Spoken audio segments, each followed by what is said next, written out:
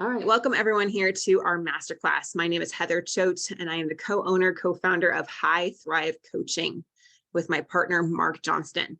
We have helped successfully turn around tens of thousands of marriages now, and I'm super excited and grateful to share with you the process that's going to take you from point A, where your spouse is saying, I want a divorce, I'm not in love with you, I love you, but I'm not in love with you, I'm in love with someone else, I'm having an affair, where you're broken, distant, they're unwilling to talk to you, to point B, where they are willing to work on things with you. They're wanting to spend time with you.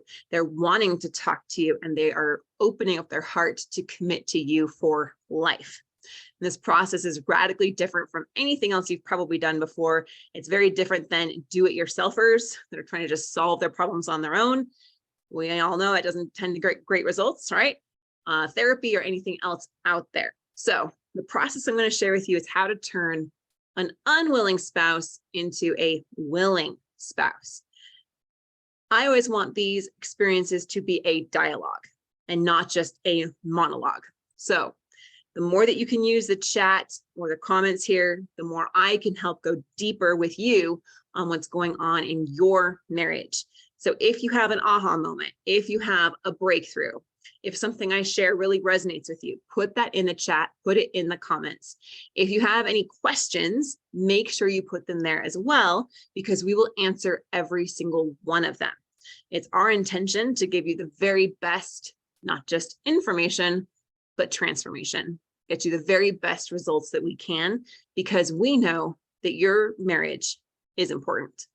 To me, marriage is sacred, and it's my responsibility and my honor and my privilege to share with you the things that I've learned that have worked not only in my own marriage of 17 years, but in the countless marriages that we've been able to help as well. So leave a comment, let me know, what is your spouse saying to you right now? Are they wanting a divorce? Are they having an affair? Are they saying, I'm in love with you, but I love you, but I'm not in love with you? Are they saying, I hate you, I don't ever want to talk to you again? Are they saying it's over, it's done, you should just move on? I want to take a bit of a pulse here on where you guys are at in your relationship. What are the challenges that you are facing? Do you have a spouse that is unwilling to work on the marriage with you? Are you on the verge of divorce? Are you facing separation? Are you already separated? How often are you communicating? So the more you can give me, then the more I can go deeper into those things today. Is there broken trust? Let me know. I'll be watching the chat. I'll be watching the comments and helping you guys with where you are at in your relationship. More often than not, we get clients who are in those exact situations. They're on the verge of divorce. Their spouse is having an affair. We are the ICU for marriages. So you're in the right place. All right, he's filed for divorce. We're separated, but communicating daily. My husband says, trust God. Oh, comments are coming so fast. They left my screen. My husband said, trust God, but he has left the home. We're on the verge of divorce in another country, saying, I never loved him, cares about me, but is also talking to someone else, has separated themselves from us. Want a divorce. I should just move on. We've been separated for 10 months. The divorce will be final any day. There's no affair. Filed for divorce. Let's see. Said, love you, but not in love with you. Been married 23 years. We're separated now. We're separated. No communication. She's filed a no contact order. We communicate each day. 35 years of marriage. He left 6 months ago. We communicate a few times a week. Loves me. No affair. Let's see. Loves me, but not in love. Yeah. She's unwilling to work on and had affairs and blames me for everything or all. Not facing divorce or danger, spouse leaving. She just rarely shows love. Okay, so you're at a little bit different stage. And so we'll talk to you about how to increase those feelings of love, even if you aren't in a dire situation with like divorce looming. All right, wife has had multiple affairs, found out last year. She's not cheating anymore. Evidence seems to be that way.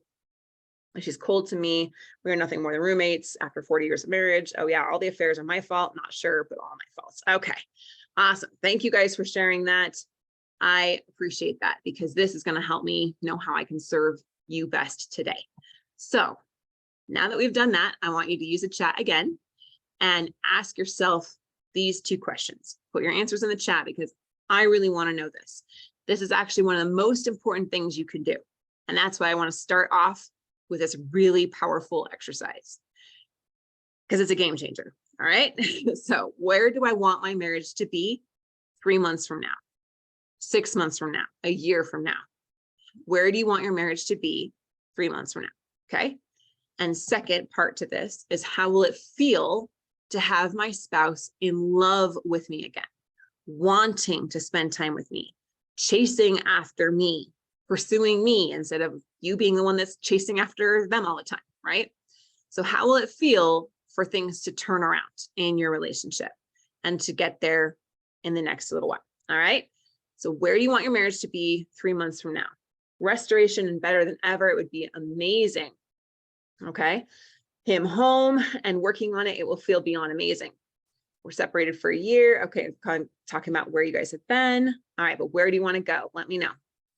No divorce. I don't want to be divorced. Awesome. So you want to have a relationship that is still intact and still committed. For some of you, that's going to look like your spouse leaving the affair partner, right? Some of it's going to be like coming home, putting on their wedding rings. You want it where it was 2 years ago. So go a little deeper there. What would it feel like to have your marriage be closer to what it was before things started to go south? And I'm going to say it's actually going to be better than it was then, because you don't want the same problems to come up again. You want to create a new, healthy, and more functional relationship than even the one you had in the past. Okay. All right. That would be amazing. That would be a dream come true. I want my marriage back. Very happy again. I asked, did he want a divorce? He said no. See open love so kids can see a great marriage. Awesome. 3 months from now, I would like to be mending. Mentally, for me, I still love my wife, but I want her totally devoted to me like I am to her. I want to stop feeling useless and lost. He's pursuing me. In 6 months, he's back home in a stronger marriage than before. Really, really good. So continue to think about where you want to go, because if you don't decide where you want to go, then who will decide that? No one else is going to decide that. Only you get to choose where you're going in your marriage. Now, of course, your spouse has their own choices as well. But here's the most amazing thing. When you decide, I want this kind of relationship, you are going to create it. When you decide where you want to go, then the how will manifest. The way to get there will become clear. Not all at once, but piece by piece, bit by bit, step by step. I often use this analogy of us like we're out on the ocean and some of us are just adrift. Sometimes in life, we feel so lost. We feel like we're just trying to keep our head above water. When our spouse is pulling away, it's terrifying and we're just trying to survive, right? If that is all that we do, and that's what most people do, you're out in the ocean, you're adrift, you have no destination, you have no steering, you have no focus, then life is just going to kind of rip you to shreds. You're going to wander aimlessly and never really get where you want to go. How many people can relate to that feeling? I know I can. What we want to do is choose our destination and then steer our ship, our lives, our relationship in that direction. It doesn't mean that we're not going to get knocked off course sometimes, because life is challenging. Storms are going to come up, unexpected things will happen. But if you know where you're going, then you're the captain of your ship and the master of your fate, right? So what would you rather be? Lost and adrift on the ocean, or knowing where you want to go and being committed to getting there no matter what happens? Those are the people that see success in their relationships. You have to know where you want to go. So if you do not know still, you need to take time to do that, because I can't give it to you. Your spouse has already made their decision with what they're doing. Only you get to decide where you want to go. All right.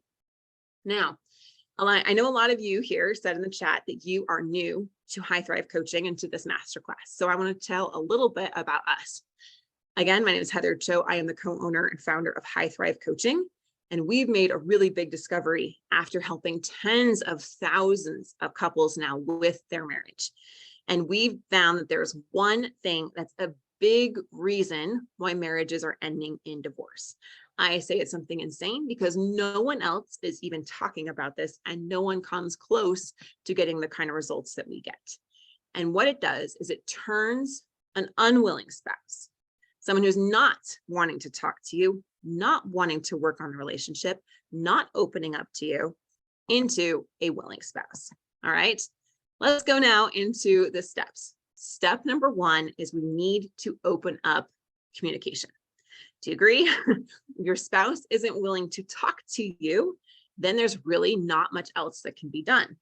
So one of the first things that we want to do is create safety around communication. More often than not, at this point, your spouse is not finding communication with you very rewarding. And you may not be finding communication with them very rewarding. As human beings, we tend to avoid the things that are uncomfortable, painful, and unrewarding. And we tend to move away from pain towards things that feel better. And so what we want to do here with you at this very first stage is to create safety around communication. We want to stop doing certain behaviors I'm going to share with you in a minute to reduce the tension and give them no more reason to pull further away. When we give them no more reason to pull further away, they're going to hit what we call the pause button. And at the pause button, that means that they're not moving any further away from you. They're not necessarily moving closer to you either. And that's actually a win. That's where we want them to be, because we can't turn the momentum of where things are going right now and just completely 360 it or 180 it, right? You have it going back to you. 180, we need to go back to geometry as well. And so that's what we need to do here at the very beginning. One of the biggest mistakes that so many people are making is pushing for their spouse's commitment and connection with them too soon. At this point, I'm going to give it to you really straight. If your spouse is having an affair, wanting a divorce, you're already separated, they're talking about divorce, they don't want to work with you on things, your relationship is not strong enough to handle deeper root issues.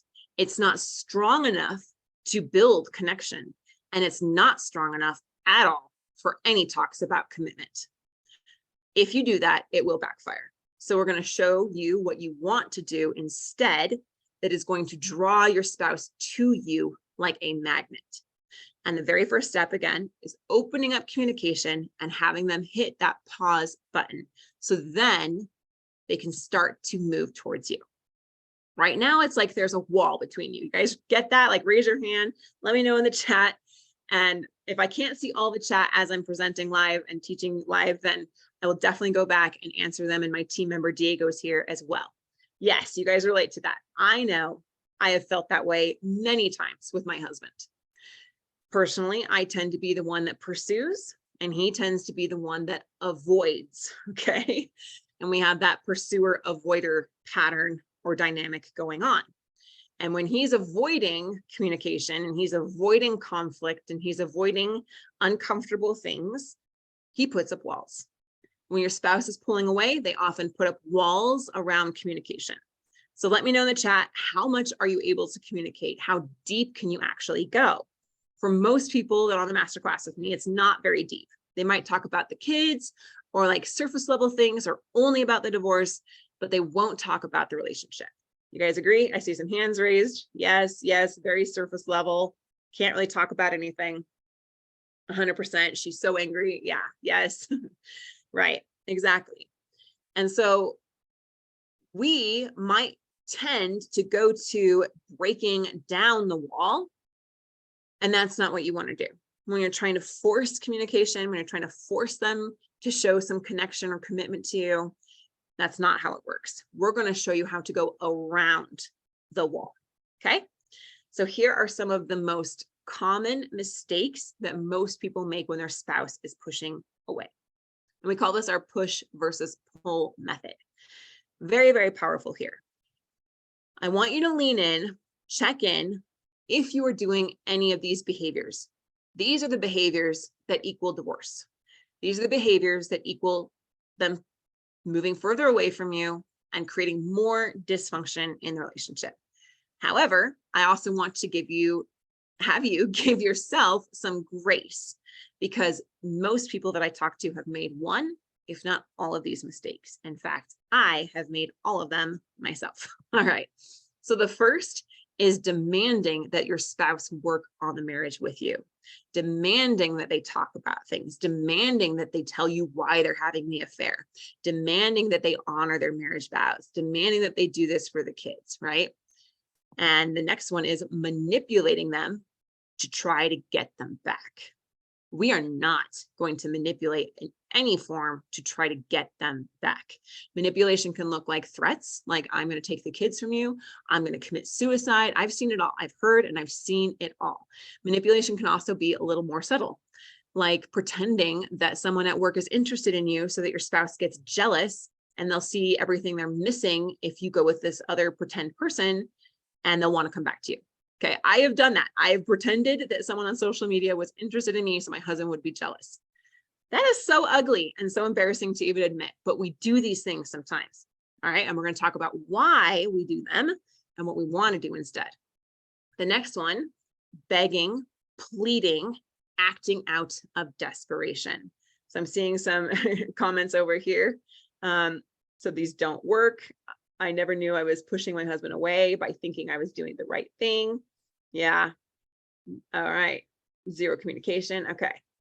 So how many of us are in the begging, pleading, acting out of desperation mode? Please don't go. Please give me a chance. I'm begging you. Please, please, please, please, please, please, please. I'll do anything. Right? Or I'm going to work on my marriage. I'm going to be a better version of myself. And you try to make all these positive changes. And either A, your spouse doesn't even notice, or B, they notice and they don't care, or they notice and they think it's just a manipulation, a tactic to try to get them back. And so they don't believe the changes anyway.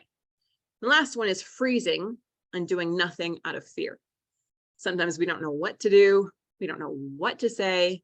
The whole thing is so scary and so overwhelming. We just clam up and we end up doing nothing. All of these will only push your spouse further away. I've done that. I've done all of these. Yes, I've done that now. I begged. I haven't begged, pleaded, or chased her. Okay. I feel like you're talking directly to me. Yeah, it has frustrated him. And now I feel there's no hope to get him back.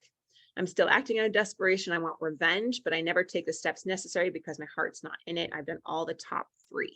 All right. So you guys are not alone. We do these things. Why do we do them? We do them because when your spouse is pulling away, we go into fear. There's actually a biological response to this emotional trauma. And we go into fight, flight, or freeze mode. Our brain pumps out cortisol and epinephrine and all these stress hormones, and we just react out of instinct, usually not in pretty ways, right? That's why later we'll be like, why did I do that? It doesn't even sound like me. Like, I wouldn't even do that. Like, why did I even say that? Or why did I just blow up like that? Because it's not really you. It's the instinct part of your brain that's all about protecting who? Yourself. It's all about protecting self. All of these are really focused on who? Are they focused on your spouse and what your spouse is really wanting? Is it really understanding where they're coming from? Or is it all about trying to feel safe yourself so that you don't have to feel alone? You don't have to feel scared. You can feel secure. Right? Yeah, exactly. It is all about self. So what we want to do is process through those emotions, because guess what? The emotional trauma and the emotions that you're feeling aren't going to go away. And we actually don't want them to.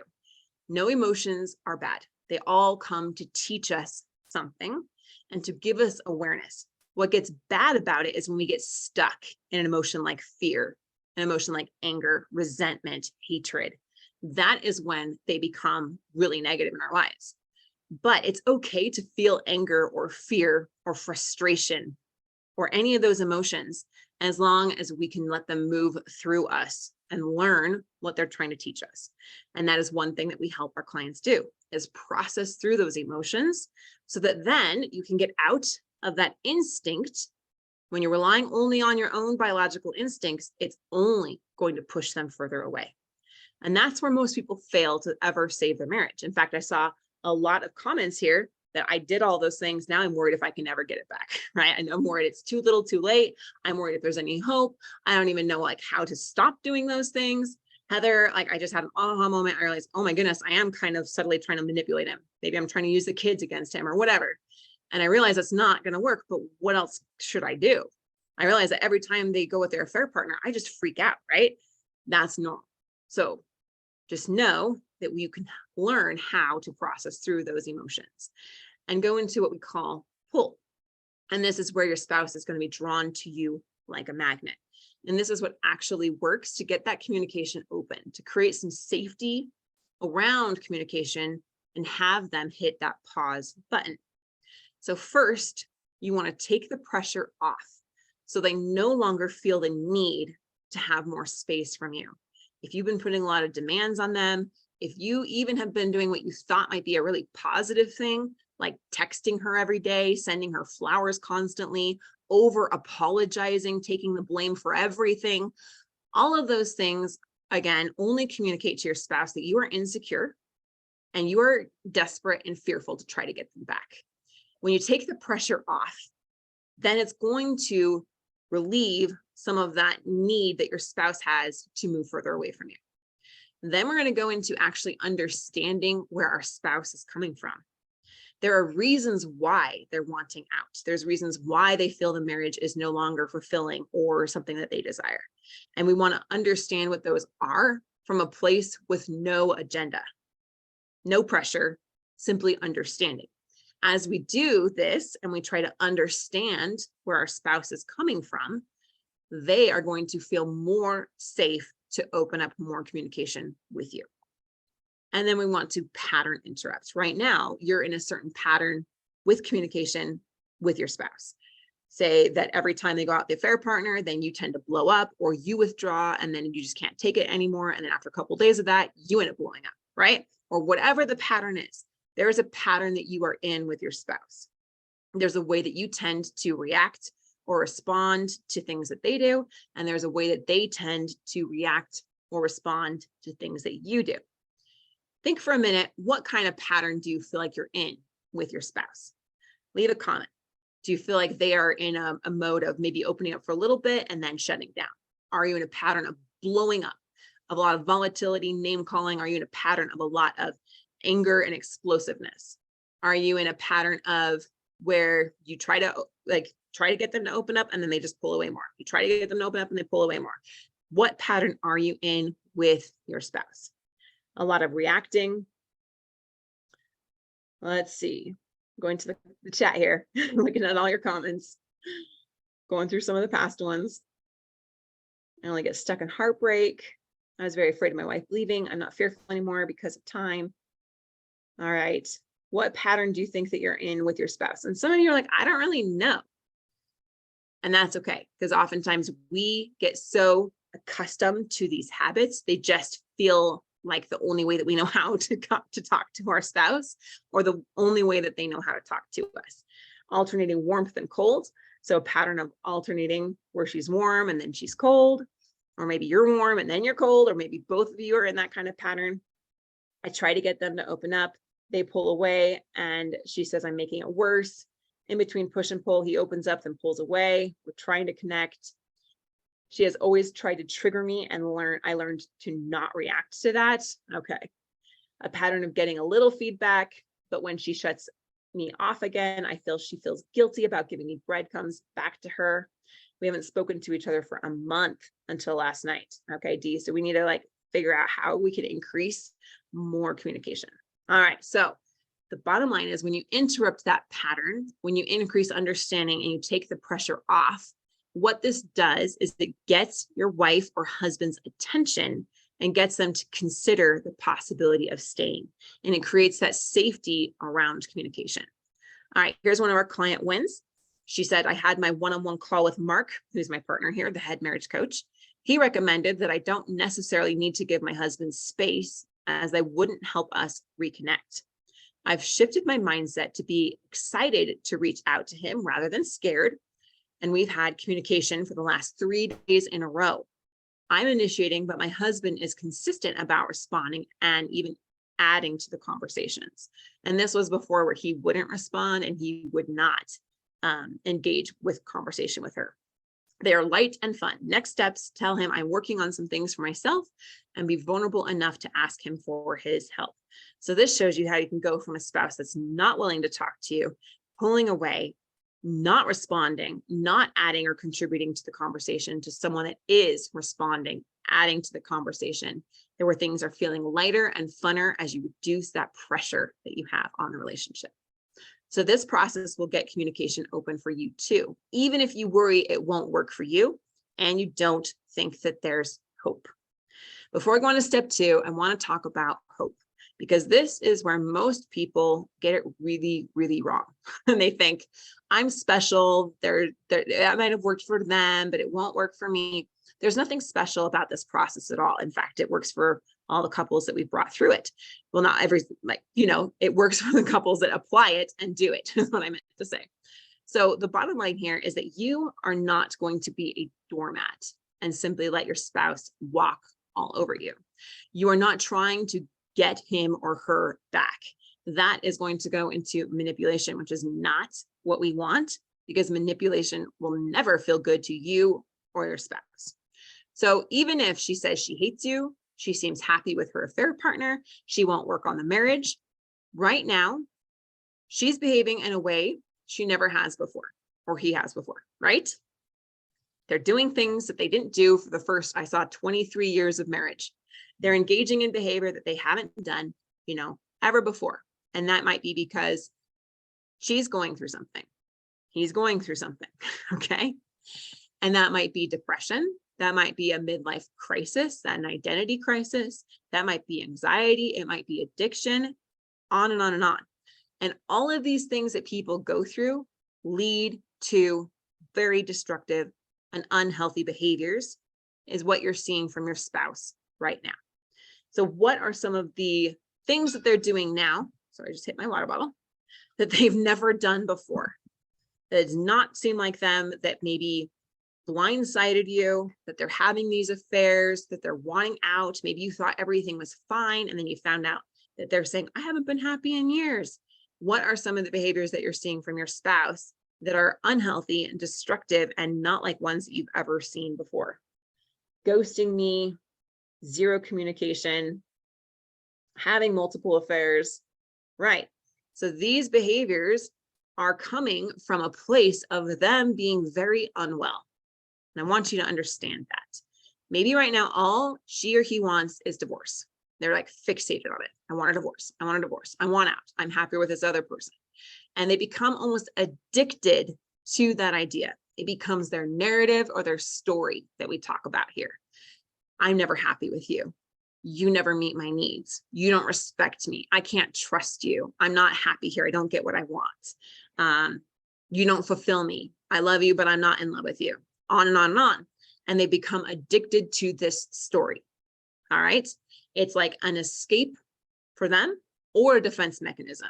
It's either protecting them from pain, or it's helping them not feel as guilty for what they're doing because they'd rather blame you for it. Make sense? Volatile outbursts, swearing, disproportional reactions to me and the kids. Oh yeah. Your wife's definitely going through something right now. Yeah. Wow. I heard all of that. Ghosting, gaslighting, left the house, denying what he was doing, not happy, not truthful. I heard that, like she has no emotion. She woke up one day and was a totally different person. She's going drinking and talking down to me, broke up with me and started with someone new right away, which is not behavior you saw before, correct? Walking out of her 35 years of marriage. It's not you, it's me, they're saying. I'm focused on 3 things. Okay. All right, I'll talk to you about that in a little bit. All right, so obviously they're engaging in some of these really destructive behaviors because they've become very addicted to this idea that they want a divorce, just like an alcoholic or a drug addict. So what happens if you were to go to an addict and say, hey, you just should stop doing drugs? What are they going to say to you? They're going to say, no way, leave me alone, get out of here, right? This is serving me. Right now, your spouse is addicted to the idea of divorce. It's serving them. They're not going to want to just give it up because you tell them to, or even if they know that they should. There's a reason why they keep doing it, right? They're going to say no. So when they say no, when a drug addict just says, no, I'm not going to give up doing drugs, do you just give up on them? Do you say, well, the drug addict said no, so then there's no hope? Is that true? Is that what we do with drug addicts? No, no, exactly. So what would you do if this were drug addicts were your son or your daughter and they were saying these things, or your son or your daughter was addicted to a very destructive belief? Would you just give up on them if they said no? Right? You would go and you would get them help. You would understand that this is their problem and that they're going through something. So you don't take the word of an alcoholic or a drug addict to see if there's hope to turn the situation around. But that's what so many of you are doing. Your spouse is saying, no, I don't want to work on things. So then you're saying there's no hope. And I want to call you out on that with a lot of love here, because it's really important. If your spouse is a drug addict or an alcoholic, or your son or your daughter, you're going to do whatever you can to get them help and prevent them from making unhealthy decisions. So even if she's having an affair and she seems happy, or he seems happy with his affair partner, even if she says she hates you, your spouse is still there deep down inside beneath their addiction to the idea of divorce. Just like the person is still there beneath their addiction to a drug. All right. They're the one who's emotionally drunk right now with this story or this idea that they'll be happier if they leave, or they'll be happier with this affair partner, or they'll be happier with divorce. So even if you're in pain, which I know you are the one that's more emotionally sober right now. So you're not a doormat. You're the one who can get her help and step off the ledge. Okay. And avoid making, oh, there's a typo there. I was putting this together last night, kind of late, making a really bad decision. So we're going to show her the light. Right now, she thinks this about you. Put it in the chat. I know I've seen some of them, but I really want you to get this. Right now, she thinks this about you. I love you, but I'm not in love with you. I cannot be happy with you. You don't listen to me. You don't respect me. I can't trust you. Yeah. And everyone's telling me just to give up. Yeah. Because you're taking the word of the addict instead of you being the one that's emotionally sober right now. Disdain, resentment. I don't want to be responsible for your happiness. I need space. You're fat, lazy, slothful. Yeah. He doesn't respect me, doesn't understand me. This is the story or narrative that they have. I just need my space. He has a negative narrative, said no way it will work. He said it's too late. Always had trouble getting past herself. Okay, I'm a loser. So right now your spouse is saying this. I'm controlling, make all decisions in the family. I'm her dad. He said he doesn't want a relationship with his ex-wife because of me, and my kids are ruining his kids. Yeah, she thinks I'm unreliable and insecure. What is the story your spouse has about you? Fill in the blank. She thinks this about you. He thinks this about you. Okay, unreliable, insecure, unwilling to talk to you. We're going to show her that you're understanding, that you're supportive, that you're trustworthy, that you're a safe place for them to open up, that you're who they really want to spend their time with, that you're the one that they're attracted to, that they want to be with you. All right. So right now she thinks she wants divorce. She thinks she wants out, separation, space, the affair partner. We're going to show her what she actually wants, because the true her is still inside, just like the alcoholic. The alcoholic wants alcohol, alcohol, alcohol, alcohol. We're going to show her that she wants freedom. She wants peace. She wants serenity. She wants to not just distract herself from the issues of life, but to face them so that she can heal. Okay. Now let's go to step 2. And this is where we're going to change that story.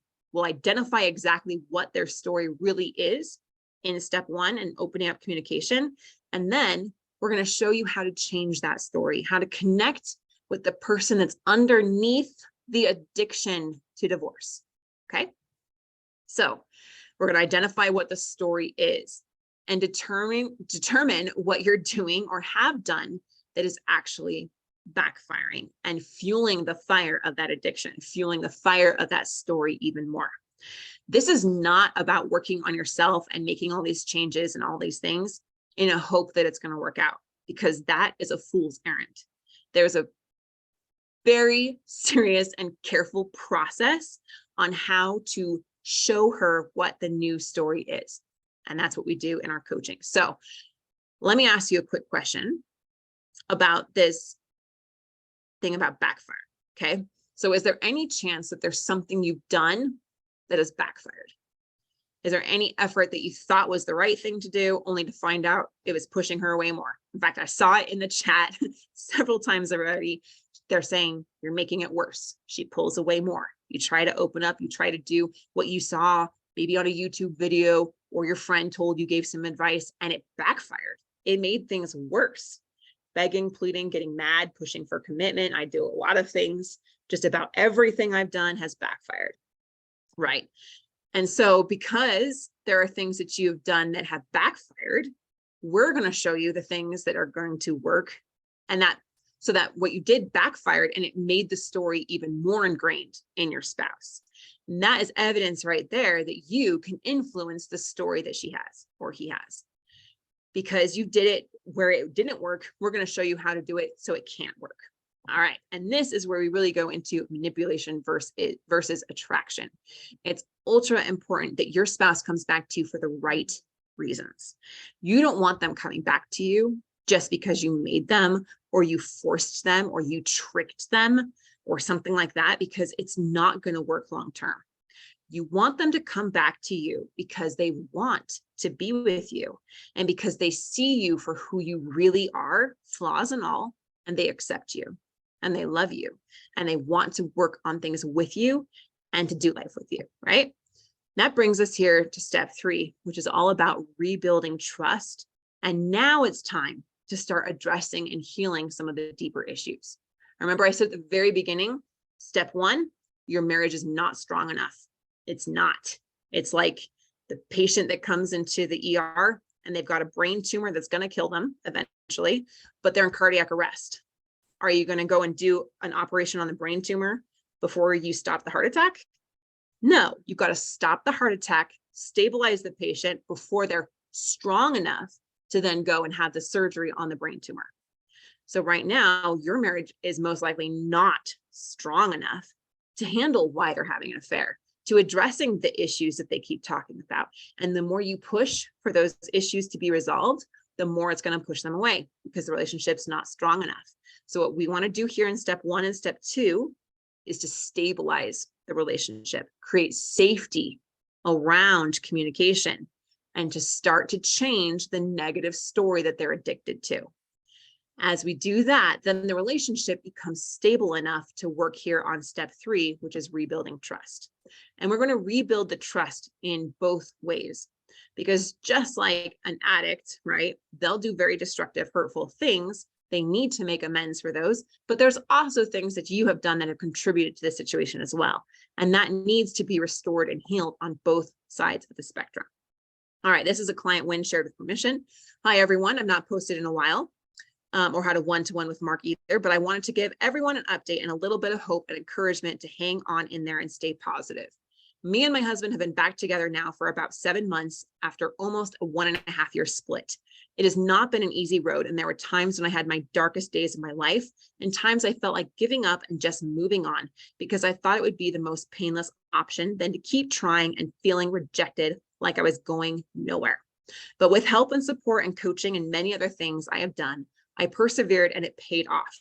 Things aren't perfect. I don't feel the same way as I used to after so much has happened over this time, but I hope we will get there. We are both trying and it's lovely. Today, we just applied for a mortgage on our new house, which when completed, we'll be moving back in together permanently. Currently, my husband is still living in his rental, but stays at home at least 2 nights per week. We didn't see the point in moving back and then moving again. So we waited to find a new house to upsize and go from there.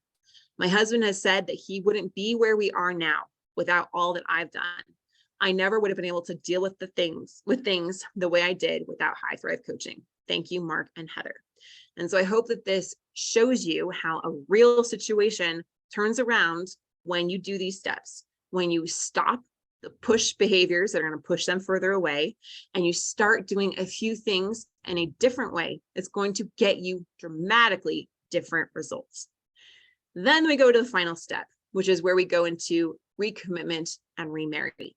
After we've resolved those deeper issues, we've changed their story and their belief about you and the marriage, then we go here. After all the work we've done, we have one final conversation with your spouse to get them to recommit. And at this stage, your relationship is healthy, it's strong, it's functional, and all those lingering issues have been healed.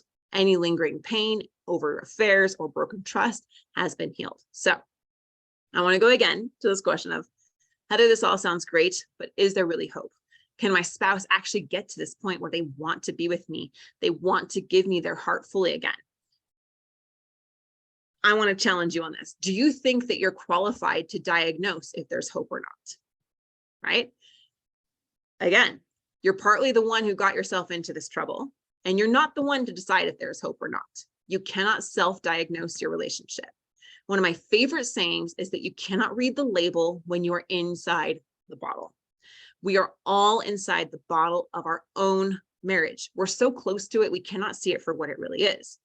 It takes an expert, someone from the outside who knows how to read the bottle, diagnose what's really going on here, and prescribe the exact treatment plan to get you the result that you want.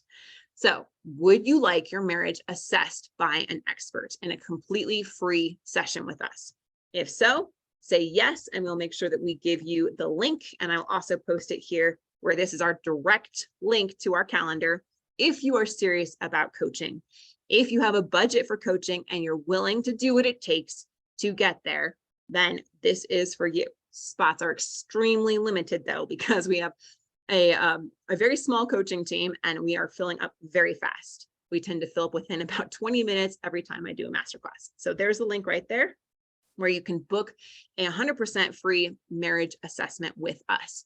This is the next step for those that are serious about turning their marriage around quickly.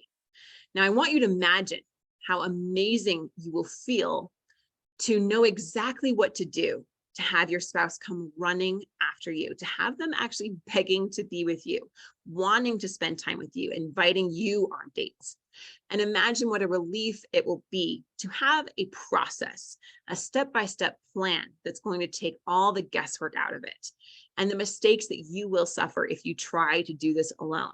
No more crying, overanalyzing, ruminating, worrying, stressing, beating yourself up, losing sleep, begging them, and then crying even more. None of that.